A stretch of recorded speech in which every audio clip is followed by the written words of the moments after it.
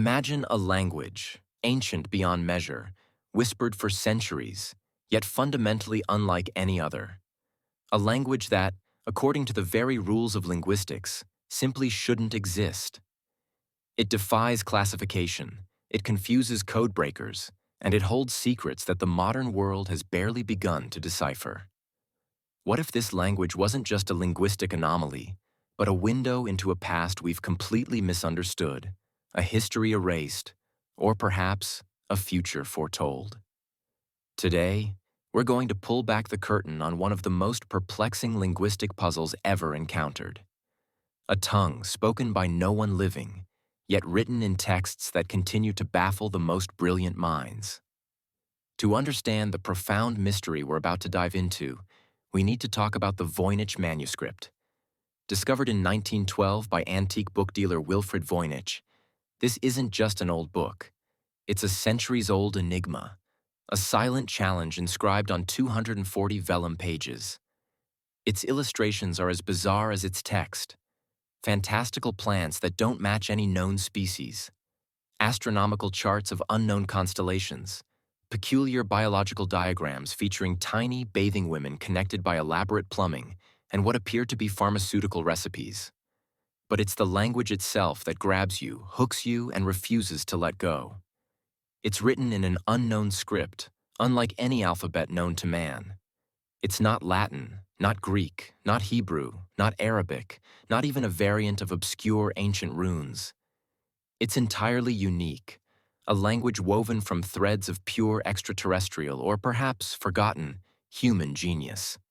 The carbon dating places its creation somewhere between 1404 and 1438, squarely in the medieval era.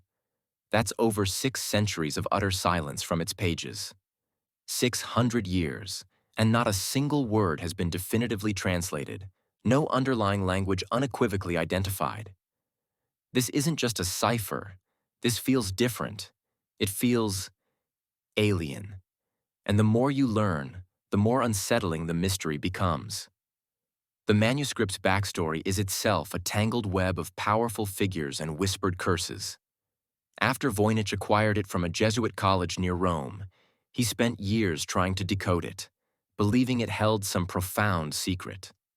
Its known provenance prior to 1912 is fragmented, passing through the hands of Emperor Rudolph II of Bohemia, who reportedly paid a princely sum for it, believing it was the work of Roger Bacon.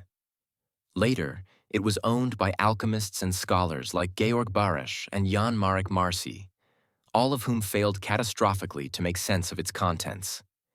Each owner wrestled with it, poring over its strange glyphs and botanical impossibilities, always to no avail. This wasn't for lack of trying or lack of cryptographic expertise.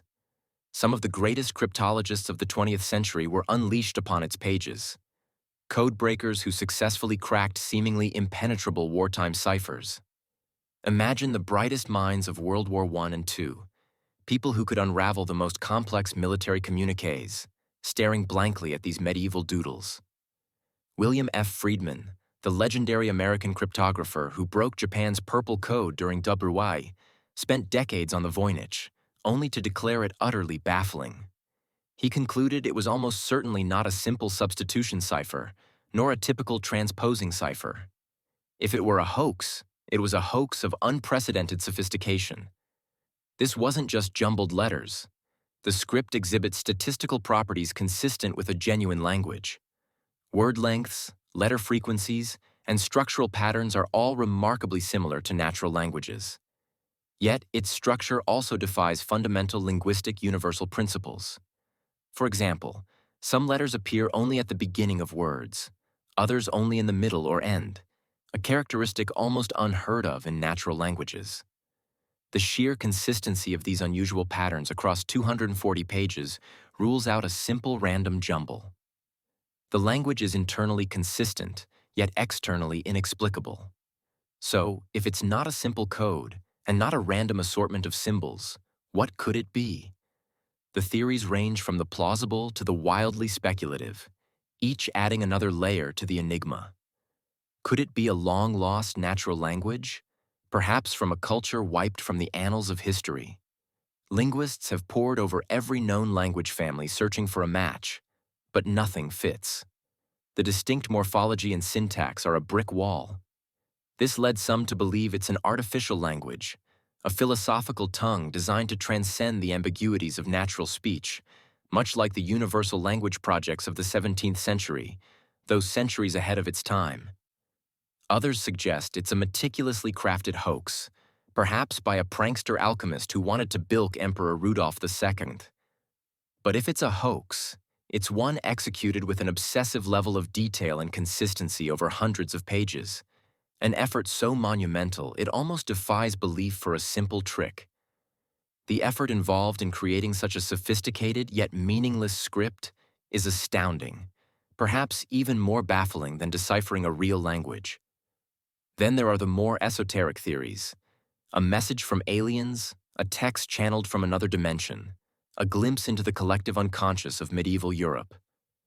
One particularly unsettling interpretation, advanced by some researchers using AI, suggests the Voynich could be an encrypted version of an ancient Middle Eastern language like Hebrew, but with a complex system of vowel suppression and rearrangement. The AI models have purportedly identified words that, when interpreted through this lens, align with the diagrams.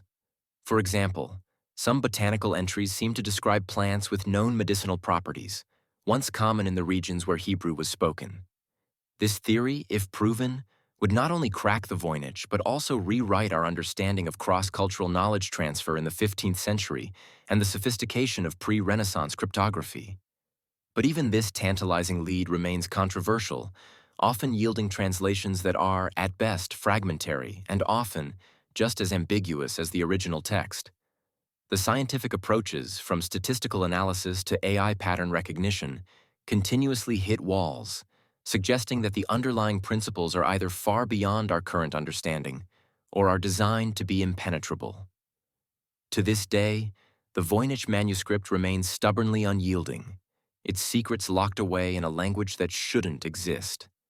It sits in Yale's Beinecke Rare Book and Manuscript Library, a silent monument to human ingenuity and intellectual frustration. Its continued resistance to interpretation is a stark reminder that history is not a complete narrative. Vast stretches remain dark, filled with unanswered questions and buried knowledge. The absence of a solution doesn't just mean we haven't found the right key. It implies there might be concepts, entire frameworks of thought, encoded within its pages that we simply lack the mental architecture to grasp today. What if the language holds advanced scientific knowledge, lost to time? What if it's a detailed prophecy or a warning? The Voynich continues to be studied, every line scanned, every glyph analyzed, a timeless challenge to our collective intelligence. Its existence isn't just a historical curiosity. It's a profound question mark, whispering across 6 centuries, begging us to consider what other profound truths might be hidden, written in plain sight, in languages we simply don't understand. Yet, perhaps the greatest mystery isn't what the Voynich says, but why, after all this time, it remains silent. If you're intrigued by the boundaries of human knowledge and the secrets that haunt our past, subscribe for more explorations into the unknown, because our next journey into the archives uncovers a lost civilization that redefined warfare itself.